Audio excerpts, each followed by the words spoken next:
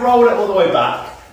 Hey, Alex Rankin here, just in my office doing a little bit of editing for this Ben Deakin interview, which is extra content from the DMR film Down for Life, which documented 30 years of the brand and came out last December. So if you haven't seen that, check it out on the DMR YouTube. Oi, oi. So this extra content, just to show a bit more of what we chatted about that didn't make it into the film. Ben's obviously built up his career, like he says in the interview, from going to Whistler and just putting out a video of him and his mates having some fun. And he never really looked back. He never gave up though either, and his positivity and strength of character has just got him to the position where he has now. And he's created a career out of his hobby and his passion for riding, where many others have failed or many others give up. He's just managed to build relationships and create a really great contribution to the UK mountain bike scene. I think he's a great asset for DMR, and hope you enjoy the video. Cheers, bye. So back at school, a couple of friends got me into riding, and it was almost the back of mountain biking UK. We were just reading through it, and there was a couple of dirt jumpy guys doing their thing.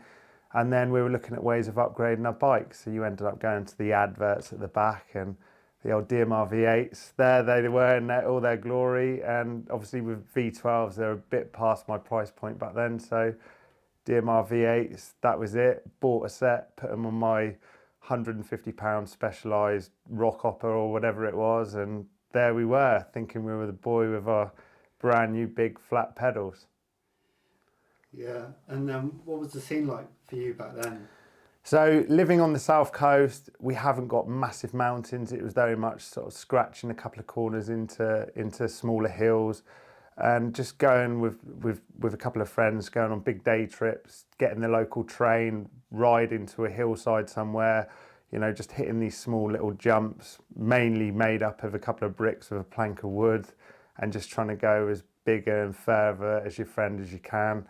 And then I guess as time went on, you know, that was when I was 14, 15, we started going to the local races with friends that could drive. And then it was going to the races, the mini downhills, the pedal hounds, mini downhills, and that was where you just almost met your new group of friends. You started racing on your hardtail in the youth category, juvenile category, and yeah, just having good times and fun with all your mates. So we obviously got brought up in a generation with no internet, so we would play Sprung through and through. So my first introduction into Sprung was Sprung 3. That was sort of back at school, get it for Christmas, carried on rewatching over and over certain sections. And then obviously mountain biking UK was a massive one when I was growing up.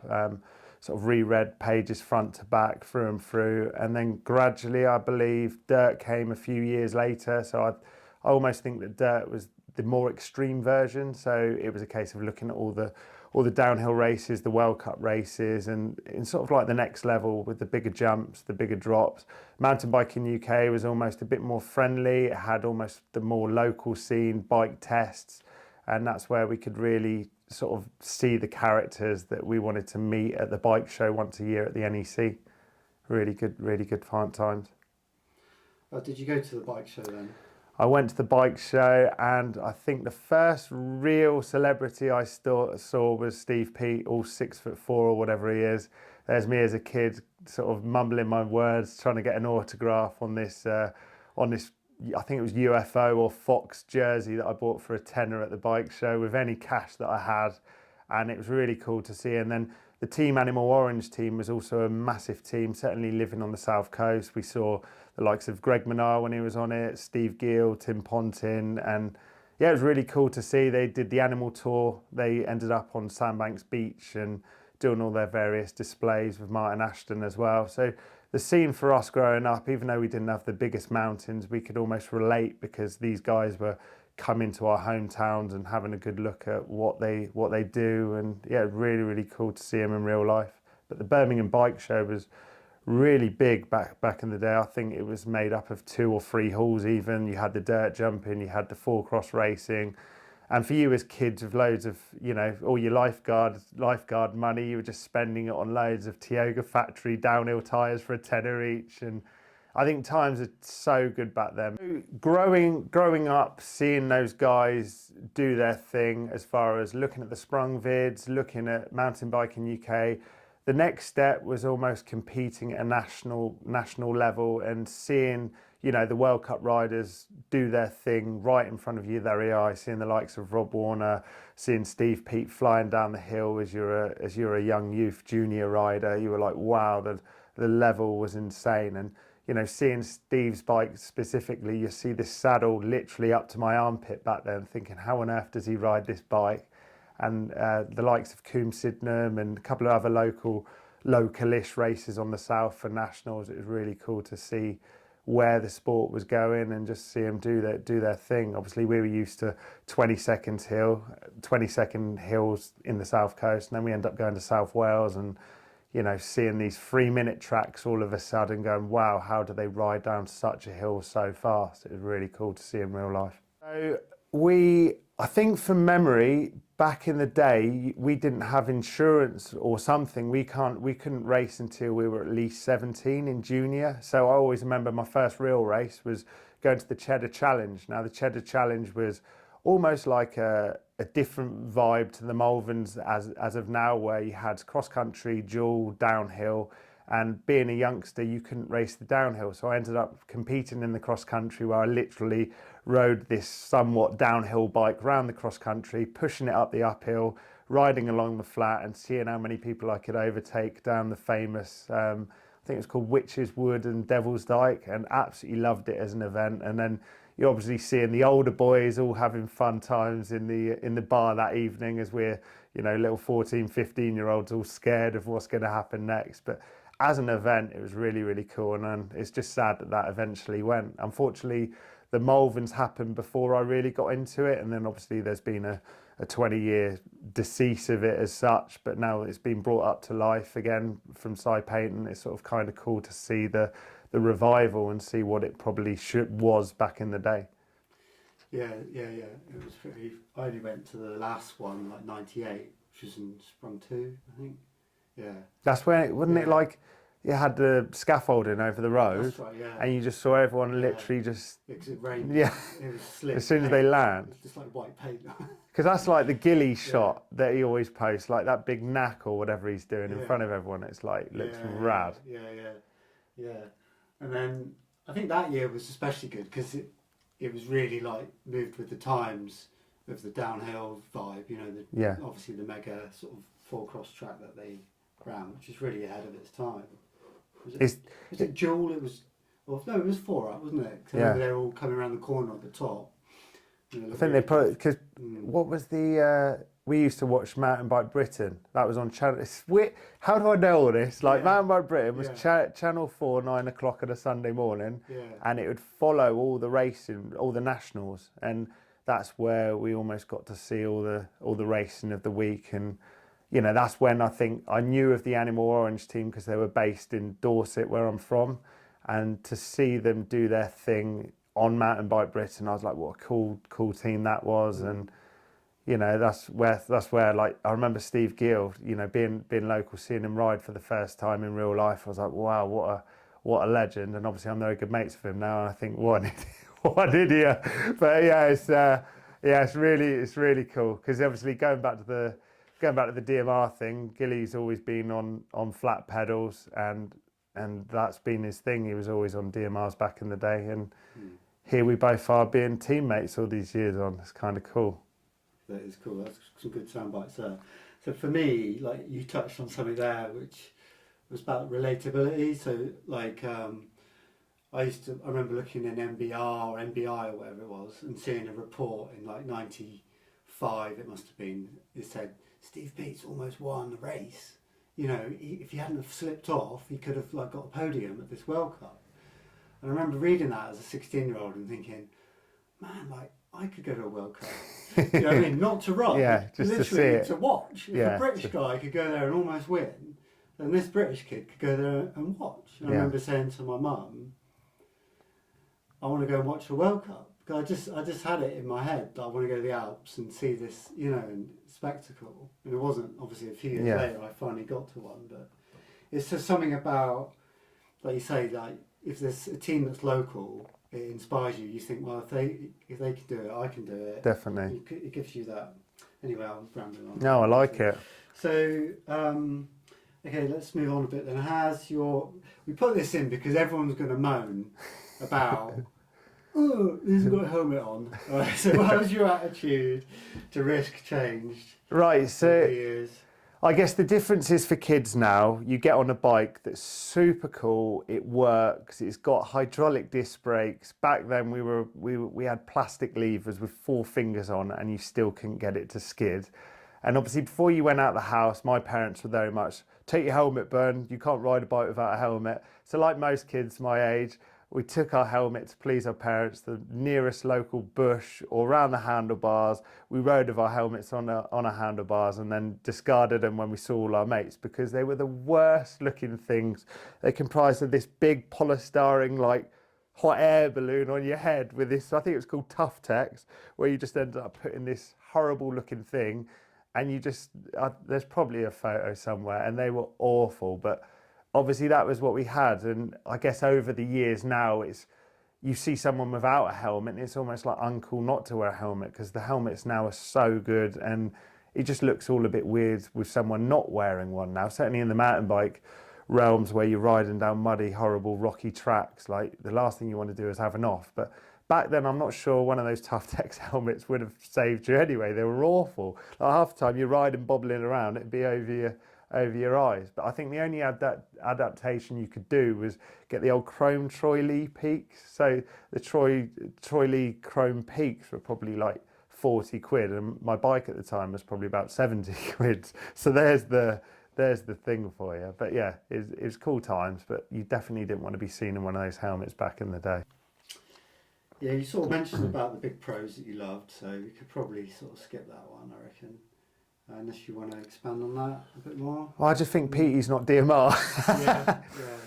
Doesn't really matter though. I think it's like, I think Petey did so much for the younger generation. Like when I was growing up, Petey was the out and out true professional, larger than life character. And then you had Warner, who was almost like, from what you saw on the videos back then with the Warner's diaries on the Sprung vid, you were just like, this guy's an absolute menace, and I relate way more to him than the crystal cut racer, and I loved seeing Rob do his thing back then. Is like, I can't remember what movie it was it maybe Dirt before then, where he's in this van, he opens the door and all this rubbish is going flying, and I remember my mum walking in going, who on earth is that guy?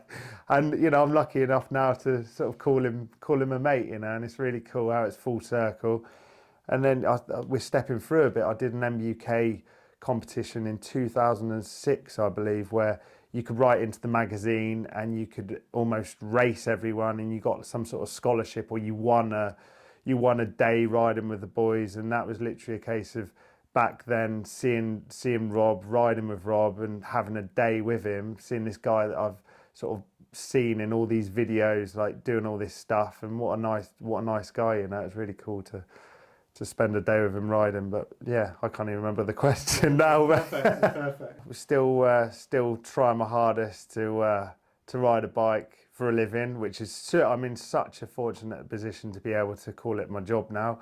I still love racing, but what you probably, for those of you that have followed my journey, a lot of it is content creation. And content creation sounds so cheesy. In short, it's me documenting my trips away on holiday with the lads, and that's almost like how I've almost made it my job now. I still love racing, I still want to try and be as fast as I possibly can, but at the same time, as I've got older, I just realised the fortunate position I'm in to go and ride some amazing places with some very good mates, and I want to try and make it last for as long as I physically can until it's not happening. Even if I wasn't doing it as a professional rider, I'd still be doing it. And one thing I always think of is something that I did when I was, first starting with 14 in woods with my mates, and here I am nearly 40 doing exactly the same with mates, but it just so happens the bikes have got better, the jumps have got bigger, and we're still acting like 10-year-olds, laughing and giggling our way in the woods. It's cool. So maybe you could say, I'm Ben Deakin and I'm down for life. Something like that. Sick. Yeah, I'm gonna try it. Shall I be cheesy calling it the Deakin Air, or is that too much? If you want. No, it's too much. It's too much. There's the character, the real life. Like, who's this old twat calling himself the Deakin Air? Anyway, right. I'm Ben Deakin and I am down for life. So That's cheesy. Good. No, that's good. That's good. That's perfect. Quality. Yeah. So you kind of like, I'm just going to expand a bit. So you kind of coined this thing, oi oi. Like, how did that come about? And like, how do you feel about it now? Obviously, you've got like Oh my God. the saddles made up. Signature oi oi saddles. There's oi oi on my bike, and it all started like back in the day at Swanage bus shelter. Some chav walked past. It was like oi oi, like just taking the are we allowed to swear on this? Just taking the bits. And then all these years later, I think it really came to fame when myself, Sam Reynolds, and Party John went to Lord's World Cup to watch it. And we made a bit of a vlog, had a few beers, and it all got a bit carried away. Where the more beers we drank, the more oi ois were shouted. And yeah, I hate to imagine the oi oi count on that video, but it almost stuck. And then everywhere you went, it was oi oi oi. You're like, how? It's not even anything cool. And this was, God, it's a good 15 years ago now, properly, I guess. And here I am now, you know, as a 39-year-old being oi-oi'd. I think, what on earth am I doing? I'm 39 being oi-oi'd by 15-year-olds. I don't know how cool this is, but, you know, it's on saddles, it's on my bike now. I may as well run it for as long as I can. Yeah, what's your favourite product and why? So, flat pedals has always been a thing for me. I've tried clipped in and I just love being on flat pedals. And the DMR Volts with kingpins basically gives you mental grip. Like, that's not even a sponsored way. It's like your feet do not blow off the pedal. But of course, my favourite up there product is the DMR Oi Oi saddle, available in 5 different colourways. And I was super lucky. Matt and Damo came to me and said, do you want to do a signature product?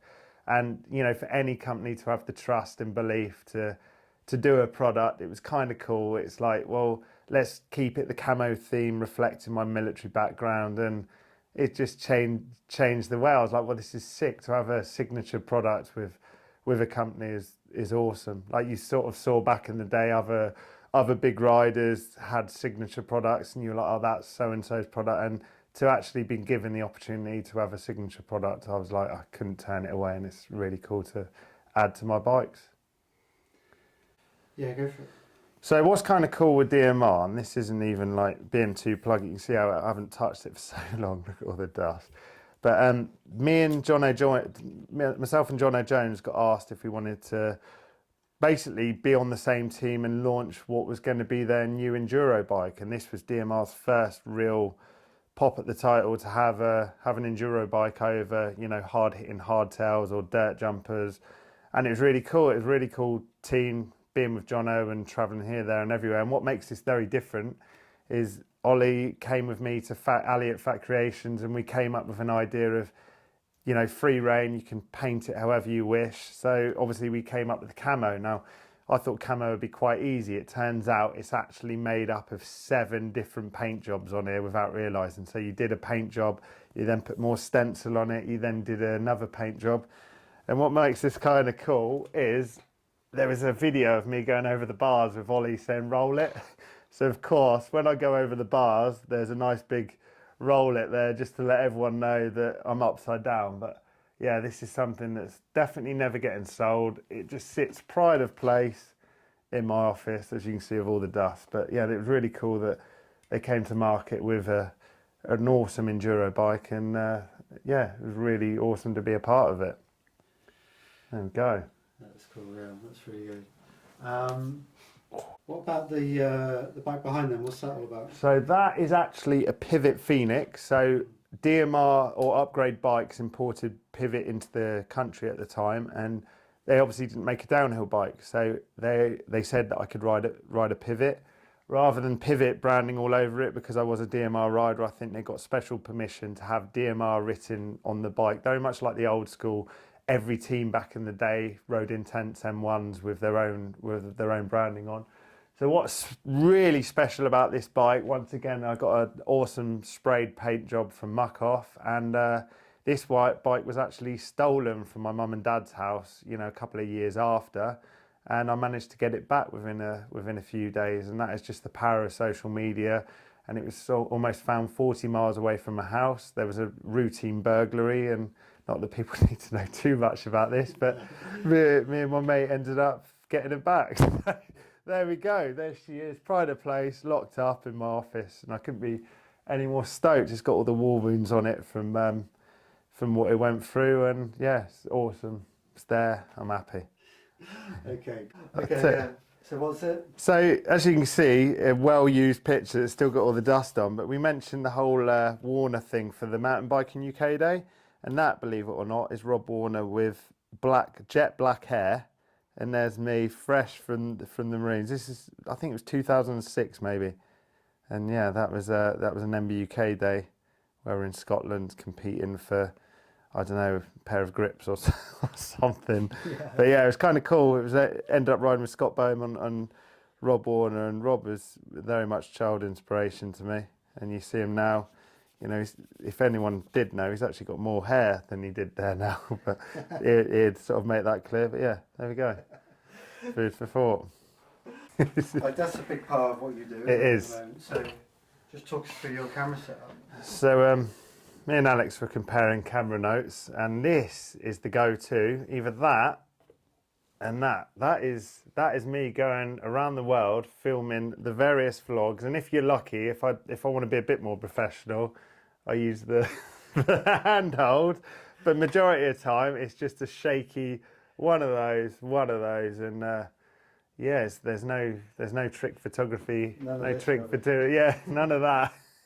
Literally a GoPro, an iPhone, an iMovie, done. Happy days. It just shows what you can do, doesn't it? Like it's just so simple. Like this, if you imagine going away with my mates, I've got that on under my peak on the helmet camera, and all I'm doing is doing fillers. And if Brendan decides to do something silly or whatever, or ollie or whatever, I go from the short lens to the long lens, and like there we go. And then it's just a montage of just piling all this crap together to make something, and I'm stoked. When did you sort of first think, this is like, I can go full time with this? So this first started was my gap year. So I left the Marines. I honestly didn't really know what to do. It was like, right, I've done the Marine thing. I have like a bit of a gap year to sort of understand what I want to do. Obviously, I'm still going to race at a good level, but certainly not enough to be an out-and-out professional. And then I went to Whistler in my gap year and just made a video of my holiday. You know, it was like riding with some of the best riders in the world, following Danny Hart, following Brendan, following all these guys. And then I think what made this a bit more viral than most was getting arrested, being drunk and disorderly in Whistler main town. And obviously various people captured this. Feeling sorry in my sorry state, I started editing the video with all the riding and posted it online, and gradually it built momentum, and that was it. It was just like, well, let's make a holiday or like a video of my holiday, and yeah, that's all I've done, and nothing's really changed now. I'm just making videos of my holidays, and if there's some amazing riders or if there's just mates from home who don't ride, like I still make a video of showcasing something of what I've done, and I can look back at in years to come going, yeah, that was us not messing around, being kids and having the best time. Yeah, it's cool. Yeah, that is good. Right, so there's one trophy that does all trophies, and that is my first 360 to dirt that Ollie Wilkins gave me. 14th of the 1st, 22, and there it is. Thank you very much, Ollie Wilkins. I waited to the grand old age of whatever, 30-year-old to be peer pressured into doing a 360. So there we go, happy days. Quality. God, if that isn't on brand, I don't know what is. There's the 360. And then, there you go, there's Ollie congratulating me in a DMR t-shirt. It's almost like it was meant to be. Thank you. I mean, it's terrible form if you're into dirt jumping, but I was pretty stoked with it.